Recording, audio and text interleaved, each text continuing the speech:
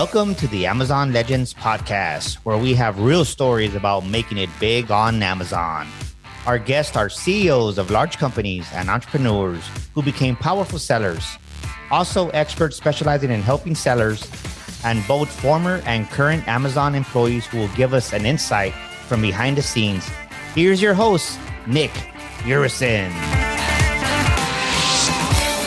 Hello, everybody. Welcome to another episode of Amazon Legends. Our guest today is both a seller on Amazon for almost a decade and also a co-founder of Riverbend Consulting.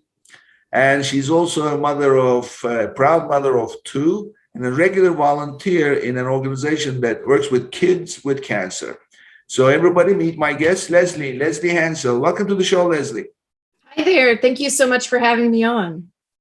So Lesley has the cure for a problem every seller experiences. I have not met any seller who hasn't had this problem at some point in time, some early, some later, but nevertheless, whenever it comes and hits you, it's very painful. And sometimes it's not so much because there are degrees of it. So Lesley, tell me, what is that cure and the problem it solves?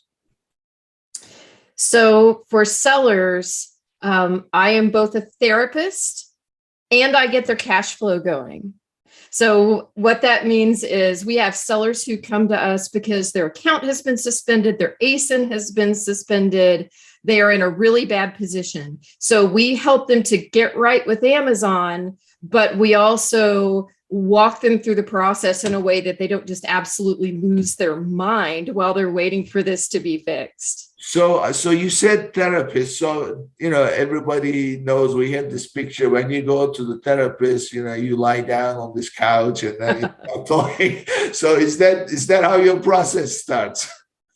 Well, selling on Amazon can be kind of isolating anyway, even if you're a larger brand or working within a bigger company, because so many people don't even understand what you do. And then if you get suspended, people assume you're a bad guy. Like if they don't understand Amazon like you and I do, they think if you're suspended or your ASIN is taken down, you must have done something terrible. I've even had clients whose families think that, you're practically an embezzler or something. You did something awful and you're going to jail.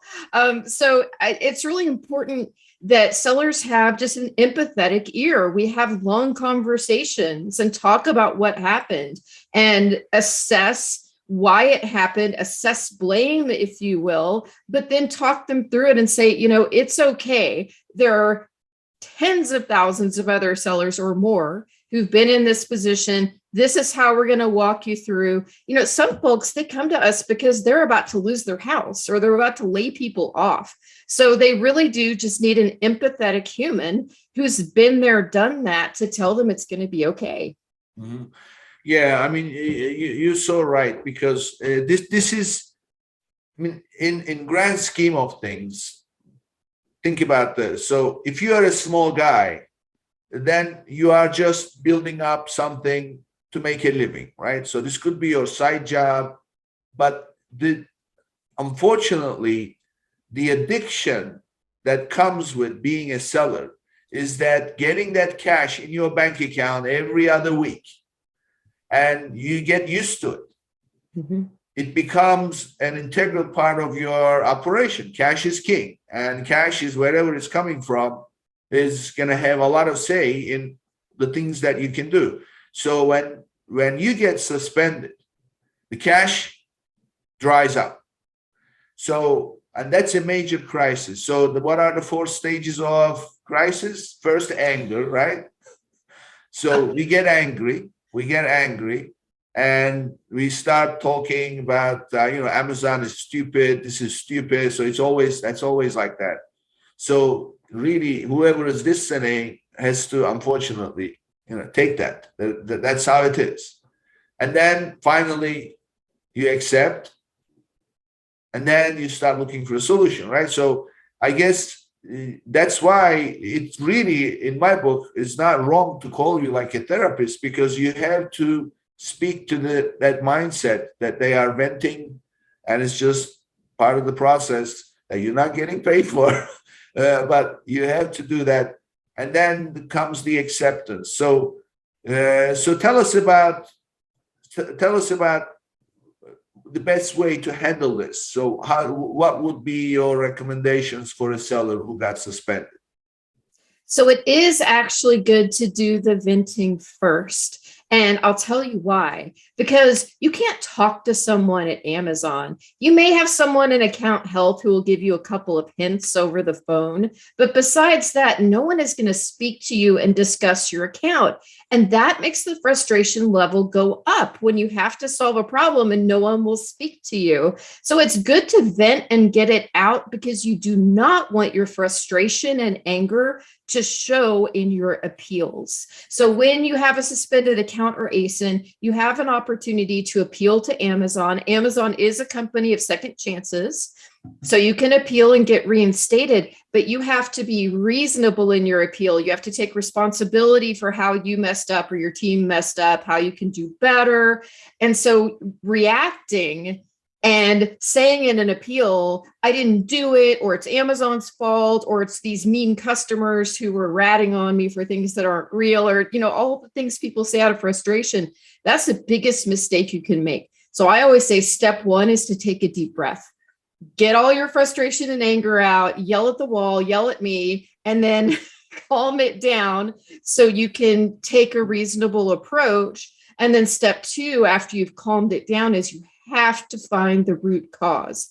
Even if you don't buy into the customer complaints or you don't buy into the suspension reason, there's still something you could have done better to keep you off of Amazon's radar. So really objectively looking at your business and finding that root cause is so important, because if you don't nail the root cause, you're not going to give Amazon the appeal that they want.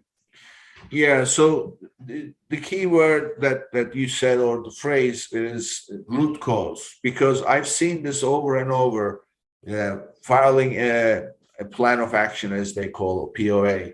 The first thing is the root cause.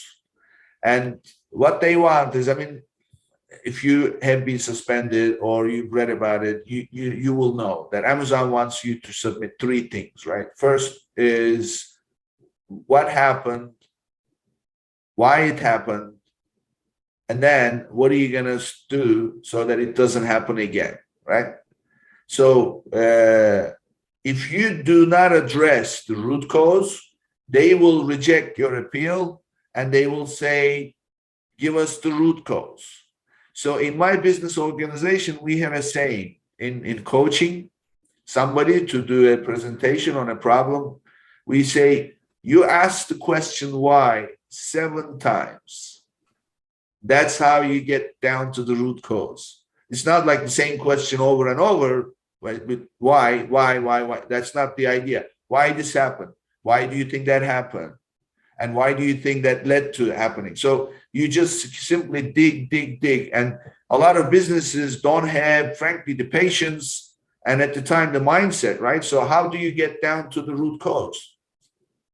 I absolutely love the methodology you just talked about, because it could be something like, we got suspended for late shipping. Why? Well, one of my guys didn't notice that these orders weren't filled. Why? Well, he actually is responsible for like 10 channels.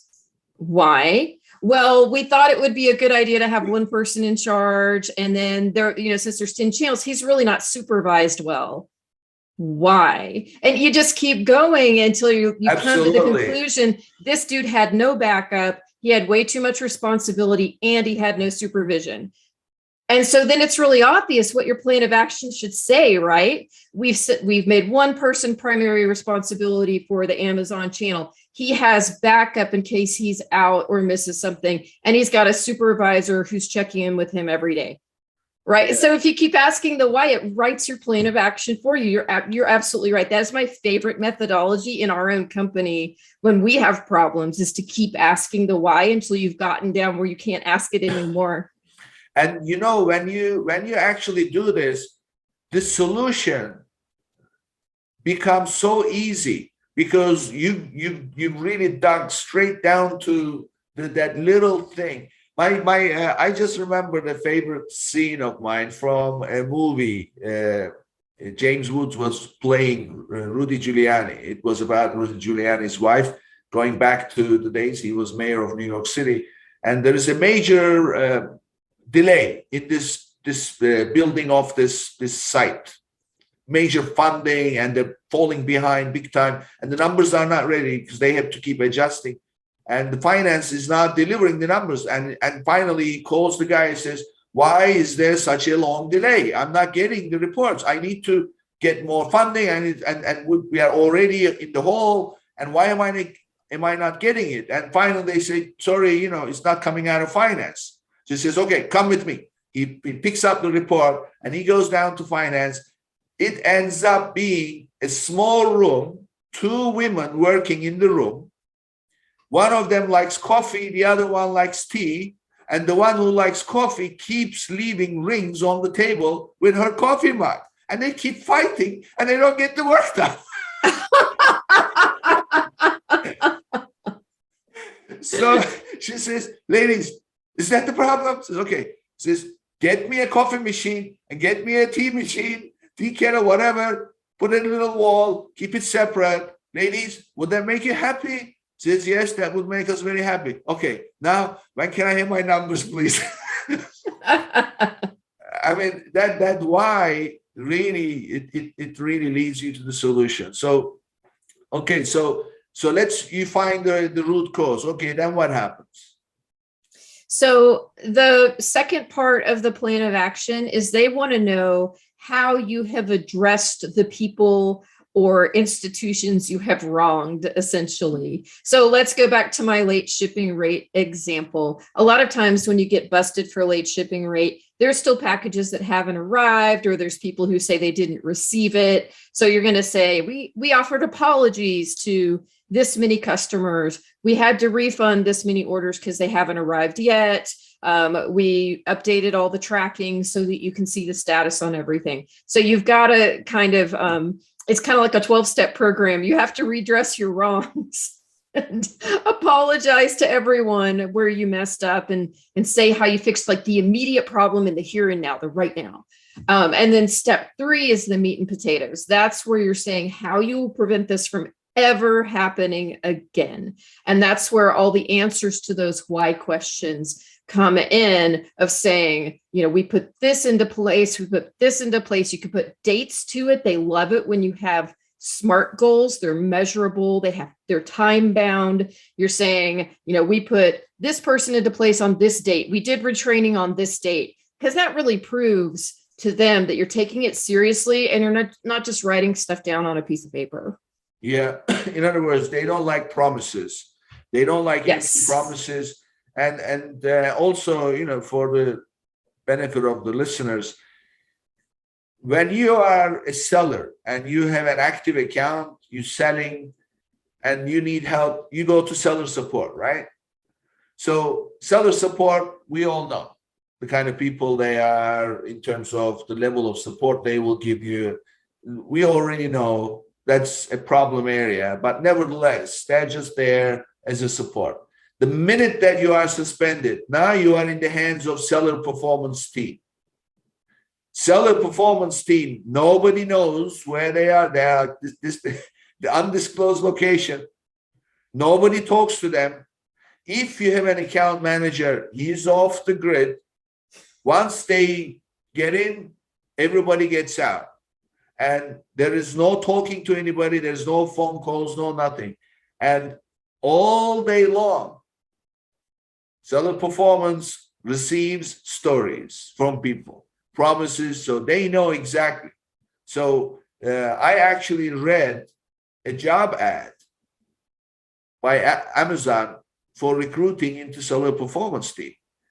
If you read the profile, do you have a curious mind? Are you a good liar? Are you good at detecting lies? I mean, are you an outside the box thinker about somebody telling you something? I mean, these people are recruiting investigators. Like, this is a big time deal. So you have to take it seriously. And ultimately, it's what are you going to do so that it doesn't happen again, right?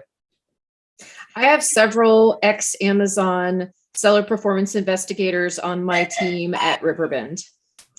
And those investigators, it's exactly like what you said. We have clients that will give us invoices that my team will investigate them as if they were at Amazon and say, why is your supplier in the middle of a parking lot in Queens? Right. So they are really digging in deep. It's also important to know that an investigator has a queue that is hitting them all day long with new cases to look at, and they are supposed to look at 20 items per hour. 20 items per hour. So if you do the math on that, that would give them 3 minutes. So it's very important. It is incumbent upon the person writing the appeal not to necessarily make it too short, but it needs to be concise and to the point. Put the important stuff up top. All of that. I've been selling on Amazon for 15 years and I do it to support my dying grandmother and blah, blah, blah. And you've trusted me for years and I'm a partner and I'm really sad and on and on.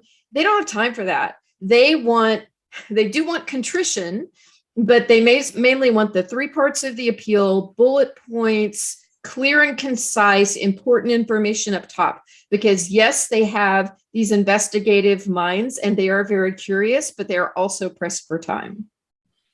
Yeah. So, and sometimes these suspensions are there to help you. I remember an incident myself. So we were doing our own fulfillment and shopping season, and I'm a systems guy, a process guy. So I had everything laid out. And we were doing also just-in-time inventory. So we were carrying inventory, but we were buying every day. Every day we were issuing purchase orders. So I planned everything. I built redundancy for everything, for fulfillment. But the only thing that I didn't consider was create a large enough receiving area to be able to receive the incoming purchase orders fast enough. So you know what happened? We got backed up. Orders went through the roof. We got backed up. So they could see that service was good. Everything was good. We just were falling behind. Mm-hmm. So, I mean, they're also collecting data and they're looking at metrics all the time, where you are failing. And they know where the trouble area is just from the numbers. So I remember this suspension. I'd never seen anything like that. And that's when I said, you know what, these suspensions are good things. They sent a suspension note and said, we are suspending you for 1 day and you'll be reinstated in 24 hours. They knew that we needed a break because every day we were getting a surge of orders. And that was pushing us back. And we're chasing our tail, and they figured, we'll give them a break. And I've never seen a suspension like that. Have you? Telling you when you're going to be reinstated again? Yes. And it's like they're giving you an order that you will catch up, right? Yeah. This is your chance. You're going to catch up. And then if it happens again, we probably won't be so nice. There are other suspension types where sometimes they'll give you 72 hours to give them a plan of action and they don't shut you down. They see if the plan of action is good enough. And if it is, you never get suspended. It's like a preemptive suspension, a preemptive notice. But you're absolutely right. It's not just to help the sellers, it's to help the platform. And that is one thing I actually really appreciate about, this is all the Amazon risk management department. I recently had placed an order for a purchase on another platform, and a third-party seller fulfilled the order. And what they sent me was not as described in like 7 different ways. And I've been going back and forth with this third-party seller for 3 weeks trying to get this solved. And the platform will do nothing to help me, even though this is a marketplace seller. And they keep saying, we have a marketplace escalations team, but it's not getting solved. The reason Amazon does suspensions is because this seller on Amazon would have been suspended 2 weeks ago, or at least had the ASIN suspended for a not as described at all, first purchase or no reviews on the order. they would have already been busted for this. That's why Amazon does this. Now I don't trust this other marketplace anymore, but I've never had an experience as a buyer like that on Amazon, because Amazon makes sure the buyer gets taken care of. So on the one side, yes, suspensions are frustrating. Sometimes Amazon over enforces. Sometimes what they do is not fair. However, we all benefit from being on a platform where buyers like me can be comfortable and know I can make any purchase and I'm taken care of. Yeah.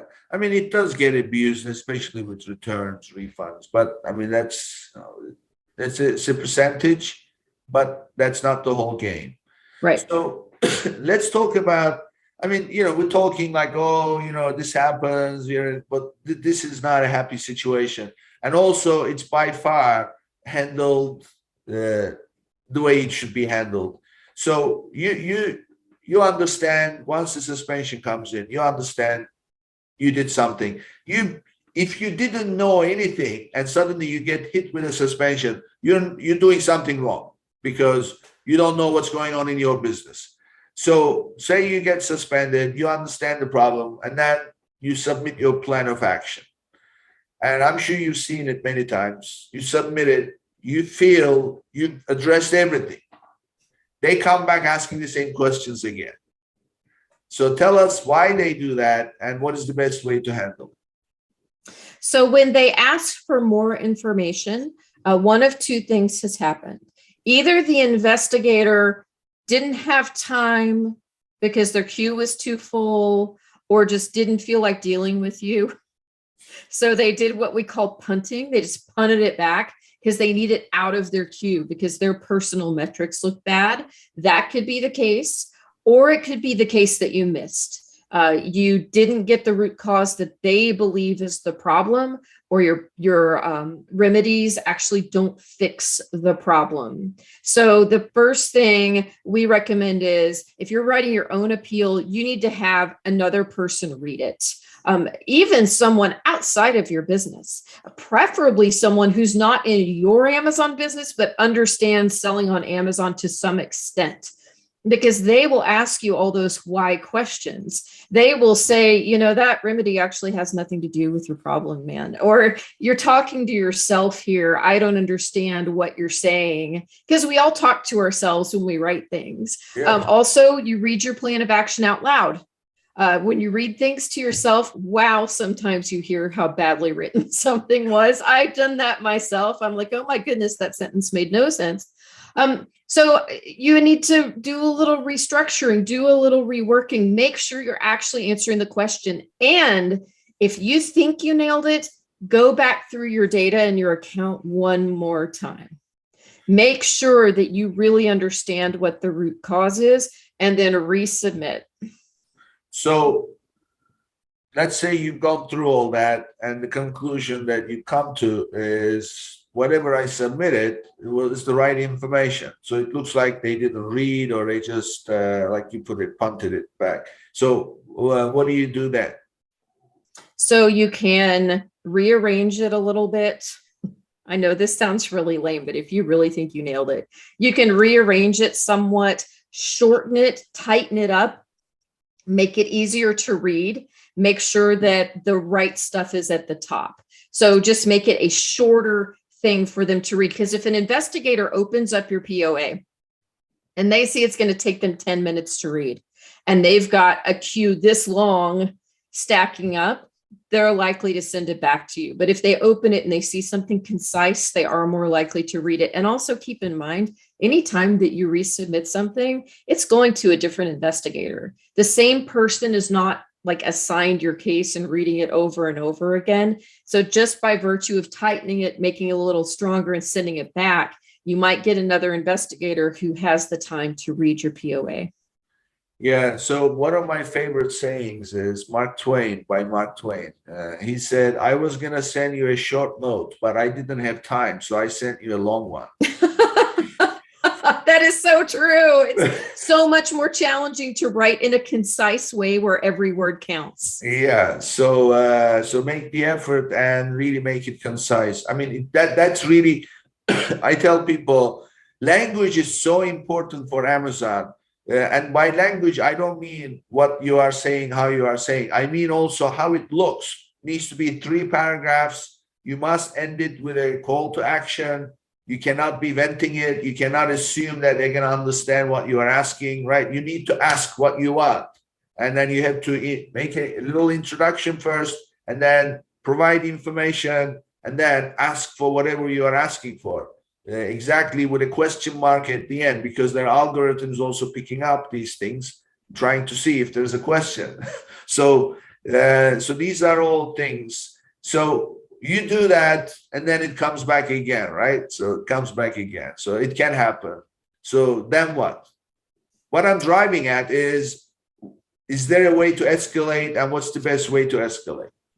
So that is when you move on to escalation. And escalation can also be just as challenging, but you are more likely to get a sentient human being who really wants to solve the problem and essentially make you go away. And I don't mean make you go away like poof you off the platform. I mean, they want to solve your problem so you're not initiating more contacts with seller performance or with the escalations team, right? Because the more you get put off, the more you escalate. So our first line that we escalate to is to executive seller relations. So executive seller relations is exactly what it sounds like. It is a team that is managers that are over seller relations, and they are there to solve problems and to delegate. They do their own root cause analysis. Like, why is this seller not being answered correctly? Why are they just getting the same questions over and over again? Why is no one giving a satisfactory resolution to this POA? So I'll tell you a secret. Are you ready? Sure. So for years and years, people have written to the jeff@amazon.com email address, and his emails would be split into 2 groups, going to the buyer customer relations group and then the seller relations group. And people thought that because Jeff is no longer day-to-day at Amazon, that there's no point in writing Jeff at Amazon. That's not true. That is how you reach executive seller relations now. They've subrogated the ESR email address, and now you send to jeff@amazon.com and you address it to Dear Executive Seller Relations. Wow, that's such a key information. And I have done that myself. I email Jeff as a buyer, nevertheless, not to complain about somebody, to complain about a seller, to complain about my experience. And I heard back, and then somebody was assigned to me, and then this person would not go away for weeks and weeks, was on top of me. Did we answer? Can you get back to me with this information? I can do more and more. So, but I did not know. I mean, as we record this is June of 2022. And Jeff is no longer in the picture, but you're saying that if you want to reach executive seller relations, that's what it's called? Yes. Executive seller relations, email jeff@amazon.com. And then do you put in the subject line, or what do you put in the subject line? So first, it's important to know that you need to send this email from the email address that is your primary login on Amazon. As a seller. That way they can link it up in the back end and they know they're talking to you about your account. The subject line needs to be catchy. It needs to make someone want to read it and pay attention. These folks are inundated with emails all day long. So you really need to compel them to want to help you with a great subject line. And then the other important thing to know is in the first paragraph, you want to put your token. Some people call it the A number for your account, which you can find under your account settings. It says token and it'll have A and then a bunch of characters. You want to put that somewhere in that first paragraph so they know it's you and they're referencing the right account. And just like an appeal, you need to be concise.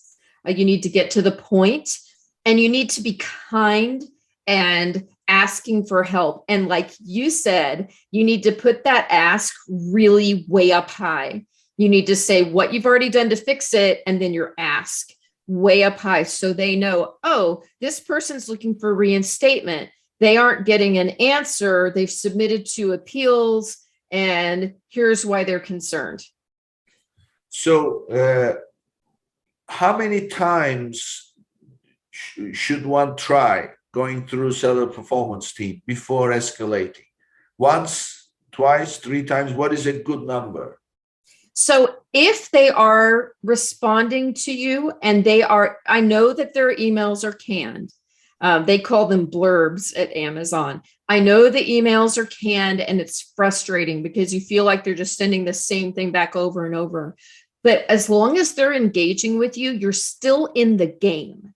So if they're engaging with you and the turnaround times are less than 5 business days, keep engaging with seller performance. I know that is frustrating because you're waiting around, but unless you've got an emergency on your hands, and I mean, you're about to go out of business and everyone's going to be in the street starving to death, keep engaging with them because you're more likely to get a quick reinstatement from going in circles with them. And once you've escalated, sometimes it kind of gets taken out of their hands, put into management, might go into a longer queue. I see. And if you don't feel you're getting any but you're giving you meaningful answers, they're just repeating, then you go to executive seller relations. Exactly. Or if the time between responses stretches out, if it takes you more than a week to get a response, and this is your 3rd time around, you've got to escalate. Yeah. Okay. So you said something so important. I'm going to repeat it because I made that mistake without knowing. Your primary user email address is the email address you must use as the sender of the email, right? Absolutely. And whether you are escalating to Jeff or escalating to someone else inside of Amazon, that you have an email address, a group or a human at Amazon that you're emailing, it's got to come from that primary email address, or they will just assume you're some random, you could be someone phishing, you could be a random third party. Yeah.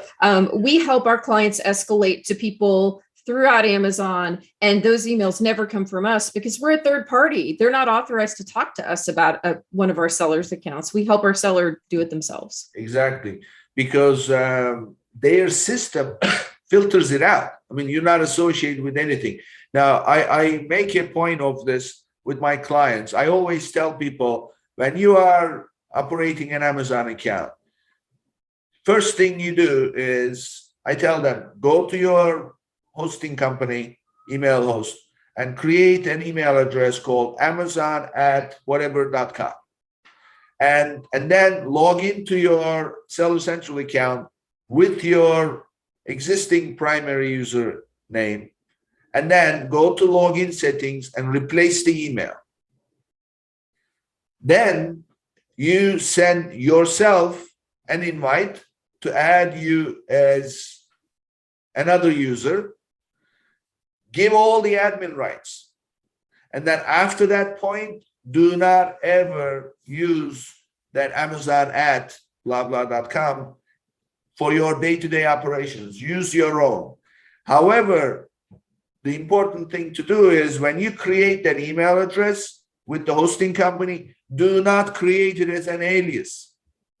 It has to be a legitimate mailbox, because when you create as an alias, it will come to your, Nick at whatever. And then when I hit reply, it will go from Nick at whatever, and Amazon will not see it, even though it looks like you're responding to a legitimate Amazon email. So that part, I made that mistake. I wrote this elaborate appeal, and then I send it. I'm thinking, okay, it's going to be maybe tomorrow morning. I come to work, account will be reinstated. I come to work, nothing.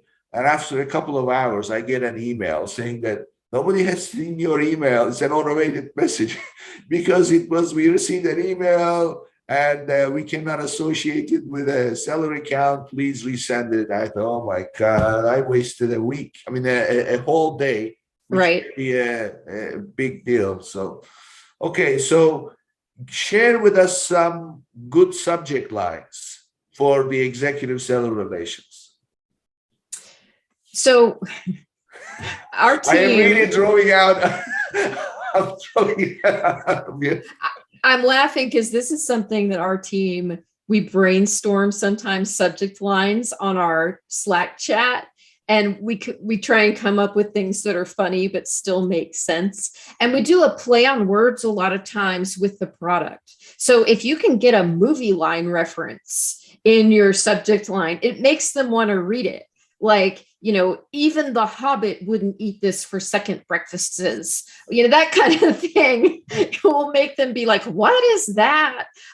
Or if you can point out your bad seller experience, which that's a key phrase, bad seller experience. So you can say, please help, seller losing millions over Amazon over enforcement. You've got to point out some pain, some kind of pain for you, or even better, can you make it into a bad buyer experience? Please help, my popular brand unavailable because of Amazon over enforcement, right? So that's bad for the buyer. We've even used bad buyer experience when people are frauded. So sometimes when Amazon frauds an account, they've made a mistake. They've over enforced to fraud someone. When your account is frauded, you can't even log in. Can't get in at all. So we focus on bad buyer experience, locked out of account, can't respond to buyer messages, can't fulfill buyer orders. So you don't say locked out of account, oh my God, I've lost $500,000 and I'm going to go out of business. No. You say locked out of my account, can't fulfill these orders, right? Because they don't care so much about your immediate pain, but they do care that buyers have orders that aren't being filled. So, there's always a way to kind of get their attention by pointing out either a huge pain point or something that is just so funny that they cannot help but keep reading. We had oh my goodness, we had this one client who was a hopeless case. There was no way, but they wanted to appeal because they made a big investment in their business, felt like they had to appeal. Great. So I did this entire appeal that was all of these fairy tale references woven together just to try and get someone to read it. 2 years later, I hire an investigator from Amazon. They're looking through our sample appeals of the past and they're like, I read that appeal. And so did everyone else in my department because someone printed it out and handed it around and we all read it because it was so funny. Too bad we couldn't reinstate. Oh, you couldn't reinstate? If there was no way. I mean, the guy was he faked a bunch of invoices for DVDs because he didn't have a valid supplier for DVDs. So he had forged documents. And that's why we use like fairy tales and movie references through the whole thing. But they read it because it was entertaining. So whatever you can do to make someone who is, like you mentioned before, they're reading these things all day long and it's just full of blah, blah. If you can make it compelling and interesting, they're going to pay more attention. They're going to wake up out of their coma of going through boring case after boring case. Yeah. So you reached out to executive seller relations and they responded back and no resolution. So what happens? What happens next? So that's when you've got to get more creative and you need to escalate to other people inside of Amazon. So the objection I hear from most sellers, and especially bigger sellers who have a lot more on the line or corporate sellers, is wait, we don't want to make anyone at Amazon mad. So we don't want to randomly email like executives at Amazon. So this is where I give my speech about Amazon's corporate culture. Their corporate culture is an escalation culture. Part of the way they grew so quickly in a very brief amount of time is that they gave individual departments a lot of power. They have all these silos and people in those silos are supposed to work to grow. When you do that, you make lots of mistakes and you have failures cross-functionally.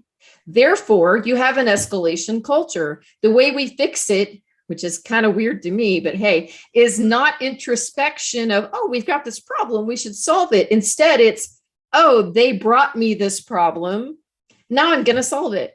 So they actually thrive on, want to receive escalations. So like on our team, if we have someone who's got an ASIN blocked and it's unfairly blocked for restricted products, say, and the restricted products team will not solve it. So we go to executive seller relations. They don't solve it for whatever reason. There are people who are associated with brand registry that might fix that. There are people associated with catalog that might fix that. So we help our sellers escalate to those people inside of Amazon to get the issue fixed. It sounds crazy, but it's no crazier than back when going to Jeff when he was reading those emails and forwarding them to his team with question marks at the top. That is what he used to do. And so you can see that escalation culture is embedded from way back when the Jeff emails were the only way to go. I see. This now makes sense. I did not know this myself, because you don't really want to appear to be complaining. And you don't want to upset the company that pays you every other week. You want to get back in the game. So this escalation culture is useful, really, at the end of the day. And I now can understand. I had a client who sold masks and air filtration masks way before COVID. And COVID hit, I'm sure you know, they suspended all the mask sellers because they don't know who is price gouging, who is legit. Masks suddenly became a big deal. And along the way, my client got taken out. So, but I knew that I believed in the client, I believed in their product, I knew about it. And I thought, right now, people need masks. And where are they going to get it? Amazon is a place, and Amazon took out all the mask suppliers. So I actually, I knew the person, not as friends, but I knew him, and we had email exchanges, I believe. So I reached out to the head of Amazon US Marketplace, the guy in charge of Amazon.com.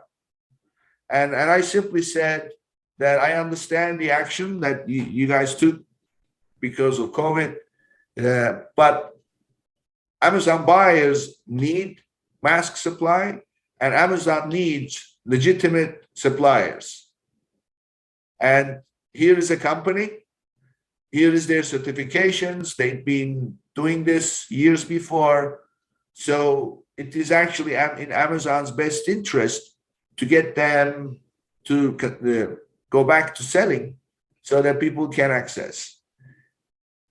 Lesley, that afternoon, I got a phone call, not email, from somebody saying that, I understand you sent a message about one of your clients. I'm just calling to let you know that they'll be reinstated this afternoon. And I said, oh, I'm so grateful for your call. And an email would have been enough. And I said, can I have your name, your email, or your cell phone in case something happens? No, I'm not allowed to give you that. I was instructed to just let you know. So that's what happened. And that was the top guy getting somebody to call me to tell me. So now it makes perfect sense. So that's an option, everybody. You can just go on LinkedIn and look up who the person is and then just reach out if you want. Well, and you absolutely hit it too, because remember earlier when we were talking about an escalation and subject lines, you hit it with this. You need more selection on Amazon. Selection is a huge motivator for them. They still want to be the everything store. That may not be their motto anymore, but it's still a goal. So it is a problem when they do not have adequate selection. That is a great basis for escalation. And then one other quick point on this is then people also worry about retribution. The other thing people think is Amazon's going to come after me. If I escalate, they're going to shut me down. They're going to do these bad things. And I will tell you personal experience. I have worked with thousands of clients. My company has worked with even more clients. We have 75 employees. So y'all can imagine how many appeals we churn through in a year. We have never one time seen a client that Amazon went after for appealing. We have written very aggressive appeals for clients on things where Amazon was in the wrong. and said things like, you're stealing our inventory, this is price fixing, this is wrong, this is illegal. I mean, we've said the bad, mean words. None of those clients have had Amazon come after them ever. And in many times saying the bad, mean words has even, when it's done respectfully, has even gotten them reinstated. So just don't be afraid to escalate, except you can't be super aggressive. You can't spam people. You can't copy 10 people on an email. You go after one contact at a time. You're respectful of them the same way you would want to be treated. That's the limitation on escalating. Great. So, Lesley, I'll ask you one question, which I ask everybody. If you could change one thing in Amazon policies for third-party sellers, what do you think that would be? Given your experience dealing with Amazon intimately, what do you think that would be? I would reinstate the idea of having an account manager for the largest sellers on Amazon. And this isn't because I'm favoring the largest sellers on Amazon. It's because the largest volume sellers on Amazon are treated the exact same way as teeny tiny people filling 5 orders out of their basement a month. Very large sellers have no one to talk to. They end up with more enforcement problems and danger in their accounts just because they're big. Because when you sell a whole bunch, you make more mistakes, you have more unhappy buyers, people make more complaints, all those things are going to happen. You have more employees, more points of failure. And so if anyone who sold more than $1 million actually had someone they could reach out to, like in the old days, wow, wouldn't that be amazing? And I think it would actually benefit Amazon in the long term. It makes no sense to take down $1 billion seller, which Amazon has done, for violations that are really not that big of a deal. Well, they do have that. They do have those account managers. They get assigned, though. I have not really picked up a pattern or criteria that applies. So you get an email from somebody saying that I am your account manager. But if you try to go yourself and try to find an account manager, good luck. That's not happening. But they do reach out. And they disappear after 6 months. So after 12 months, you don't officially have one. Usually after 6 months, they go away. But we work with 5 of the 10 largest sellers on Amazon. The only account manager they have is Paid SaaS Core. And Paid SaaS Core, some of them are really great, and a lot of them are really not. And they aren't always going to bat for the seller in the way that they should, because honestly, they're more focused on things like deals. They're more focused on things that are going to make more revenue for Amazon instead of solving problems for the seller. Yeah. So I just wish there was a long-term actual relationship. And also, if you took, say, the top 10% of sellers and they had account managers who actually worked with them, then seller performance, account health, and seller support would have so much more bandwidth for all of the other little guys who need regular support. Absolutely. You know what my experience is, and this is what I tell people. So when I work with clients, the first question I ask them already, do you already have a seller account? And they say no. Then I tell them, do not sign up. Because I have, obviously, people I work with at Amazon, and I arrange an invite. When I arrange an invite, that person sends an invite, they are automatically linked to the seller account. So one of those people that I work with actually said to me, Nick, the problem we have with existing sellers is most of these people go sign up on the website. They basically go into a black hole. There is no way for us to associate ourselves with a specific seller. In addition, people at Amazon, as you know, they don't stay in one position too long. They travel around. They get promoted. They change their function. But if they signed up a seller, that seller stays with them a long time, unless like they stop performing and they go away. But if they stay, and in some cases, the people that I arranged invites for, their Amazon account manager said to me, do you feel that they're going to be starting? Because sometimes, their launch would take longer. And she would ask, should I stay because I'm going to be transitioning to another category? I can keep the account if you tell me that they're going to start anytime soon. So I would say, no, keep it because they're starting in 2 weeks, whatever. So that happens, but you've got to arrange an invite. For those who don't have a seller account, you need to reach out to someone who can arrange an invite for you. So that way you are linked to an account manager who can stay with you a long time. And just to do this, don't go shutting down your existing account to create another one. That's not going to work either, right?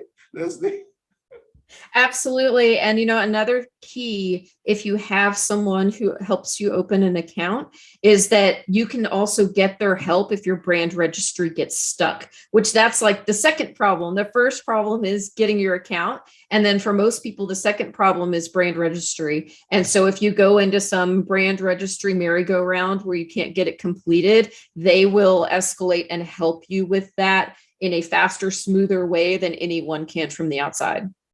Great. So let's talk a little bit about you. Tell us about where you live. Tell us about some of your passions. You told me a very touching story when we met. So share with us some of those things. Sure. Well, I live in Texas. And I'm married and I've got 2 boys who are now 20 and 14. And they're a really important part of my Amazon journey because way back when I started selling on Amazon, it was actually so I could stay home and homeschool one of them. I was a full-time consultant, and one of my kids is on the autism spectrum. And so I wanted to homeschool him and found Amazon, and I could sell on the side. I could source stuff at night. And then as a family, we would pack up our stuff and ship it to FBA on the weekends. So that's actually how I got into Amazon, because of my family.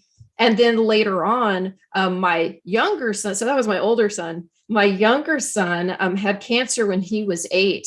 And same thing, we were able to continue our Amazon business and journey while he was going through chemo, because, it's like semi-passive income, right? You can ship off a bunch of stuff and it helps pay your medical bills. And so we love Amazon in our household. It's taught our kids how to work. Both my kids are now happy and healthy. My Aspie is in college. My younger one is enormous and playing football and healthy. And so we are so blessed. And we spend a lot of time volunteering for and supporting A Wish with Wings, which is our Texas wish granting organization. They granted us a wish when my kiddo had cancer, and most of their kids have cancer. And we're also going to do a big childhood cancer night at a football game coming up this fall for my son's football team. So excited about that. So Amazon and my business have really helped us to give back and to support this community of other families with pediatric cancer who are not as fortunate as we are to have a healthy kiddo. So I'm grateful to Amazon in a lot of ways that people will never even understand, because it really helped us get through some tough times. So where does this come from to work on this? Because it's really a very depressing kind of area to work, and people who come to you. I mean, I'm glad and actually admire how you are able to smile and laugh. And so those who are listening are not seeing Lesley, but Lesley has this wonderful smile always, and she's always, her eyes are smiling. So how do you stay like that, and where does this come from? Well, and I was kind of raised as an optimistic, positive person, that when the door closes, you open a window, right? You've got to figure out a new way to solve your problems. But I'll tell you, going through the journey with both of my boys and the problems they had and the health issues where you do not know what the next day is going to bring has given me so much perspective. And it takes a lot to rattle me. And the way I got my kids through their problems was we told a lot of jokes. We never acted like the next day was going to be bad. My younger son told me in the hospital, he was never, ever scared because I was always smiling and talking about the next fun Lego thing we were going to build, right? I just do the same thing with sellers. We smile through it. We tell jokes. We talk about what it's going to look like when you get out the other side, because that kind of positivity is what gives you the strength to have the mental acuity to do the right thing in the appeals process, to fix your business. If you get down and upset, you're not going to solve anything. So let's think about what it's going to look like when you get out the other side, and what joke we can tell about the great bourbon you're going to have tonight so that you can relax before we talk again tomorrow. That's how you get through it all.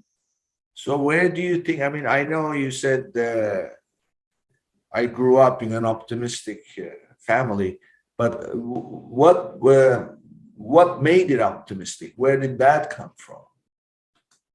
So I grew up in the 70s, and my dad worked for oil field companies.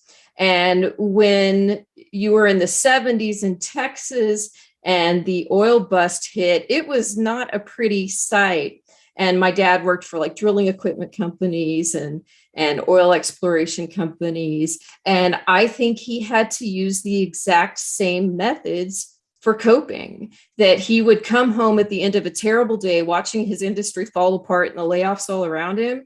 And we would go outside and throw a ball, and we would find positive things to think about. And we would talk about what our solutions could be. And he was the hardest working person I've ever known. He started working when he was 8 and had a paper route. So the guy's social security statement went all the way back to when he was 8 years old and worked for the Dallas Morning News. But he never knew a bad day in his life. He would always find the positive every single time. And I think that he passed that down to me, and I was able to pass it down to my kids. It makes such a huge difference in your life when you have someone who teaches you that, you know, tomorrow's another day. We're going to try again, and let's go play Monopoly for a while so we don't worry all night about how we're going to pay the electricity bill. Yeah. You know, you gave so many actionable pieces of advice, but what you just said is really everything, right? That's what life is about. And for that, I'm really grateful. I'm really happy that you came on the show. So give us all your contact information, how people can reach. We'll obviously put this on the website, and it will be part of your episode information. But tell us how people can reach out to you. So at riverbendconsulting.com, there's forms you can fill out, but there's also a phone number, because we actually answer our phone every day of the week. I know that's not cool anymore, but we have staff who answer the phones, and we'll talk about your problems and see if we have a solution. And if we don't, we'll refer you to someone who does. I'm also on LinkedIn. I love to connect there. I post new content all the time, almost all of it about Amazon, but also I will answer questions. So if you just have a quick question, you need someone to bounce an idea off of, I would love to hear from you there. Great. Thank you, Lesley. This was great. And I'm grateful for your wisdom. And I'm sure our listeners will also appreciate it. Thank you again. Thank you so much. This was fun. Great. And this brings us to the end of another episode. I'll see you on the next one.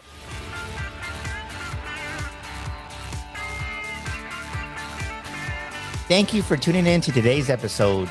Be sure and subscribe, rate, and review our show. And be sure and share an episode with a friend. And thank you so much for being with us today. We'll see you next week here on Amazon Legends.